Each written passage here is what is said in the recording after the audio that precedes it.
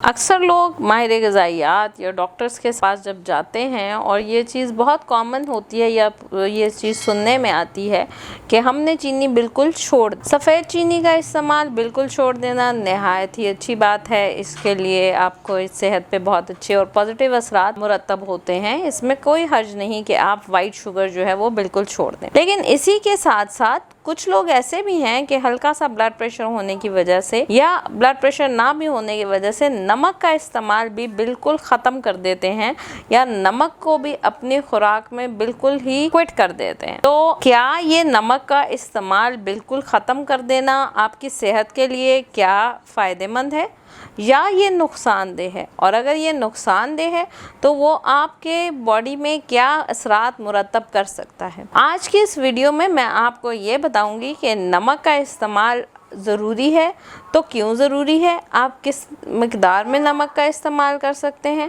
और क्या नमक को टोटली छोड़ना ठीक है या नहीं। सफ़ेद चीनी का इस्तेमाल जो है वो तो मैंने आपको कहा कि वो आपकी सेहत के लिए बेनिफिशियल है, आपको बिल्कुल इस्तेमाल नहीं करनी चाहिए, वो आपको नुकसान दे सकती है। लेकिन नमक जो है उसको एक स्पेसिफाइड अमाउंट में आपको इस्तेमाल करना ज़रूरी है।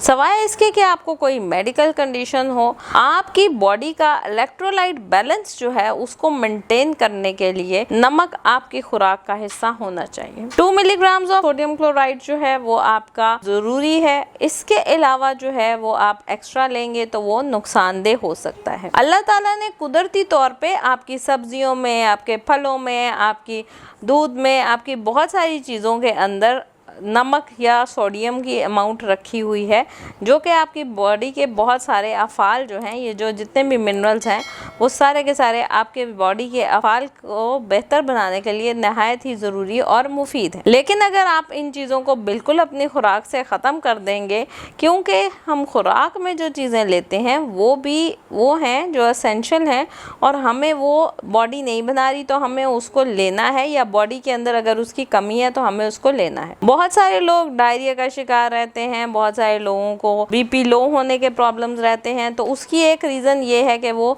नमक का इस्तेमाल बिल्कुल ख़त्म कर देते हैं या बिल्कुल क्विट कर देते हैं। नमक जो है वो कोई ऐसा कल्प्रेट नहीं है जिसको बिल्कुल छोड़ देना आपके लिए बड़ा फ़ायदेमंद होगा, क्योंकि आपके बॉडी के अल्कलिनिटी को बरकरार रखने के लिए, आपके बॉडी के जो डिफरेंट अफ़ाल हैं उनको प्रॉपर करने के लिए, इलेक्ट्रोलाइट को बैलेंस करने के लिए, सोडियम पोटेशियम पंप के लिए नमक जो है वो नहायत ही ज़रूरी चीज़ है। तो कोशिश करें कि अपनी खुराक में नमक का मुनासबत से इस्तेमाल करें ताकि आपको नुकसान ना हो। फिर बात करूंगी रिफाइंड सॉल्ट के ऊपर, तो मैं हमेशा रिकमेंड करती हूँ कि रिफाइंड की बजाय पिंक सॉल्ट जो है वो इस्तेमाल करें, उसके ज़्यादा बेनिफिट्स हैं। इसी तरह जैसे मैंने आपको बताया है नमक का, तो शुगर की बात करूँ तो शुगर भी बिल्कुल ख़त्म करना ज़रूरी नहीं है। आपकी खुराक के अंदर, जैसे फलों के अंदर अल्लाह ताला ने आपको शुगर दी है, आपके अनाज में शुगर है, आप तरह की जितनी भी खाने पीने वाली चीज़ें हैं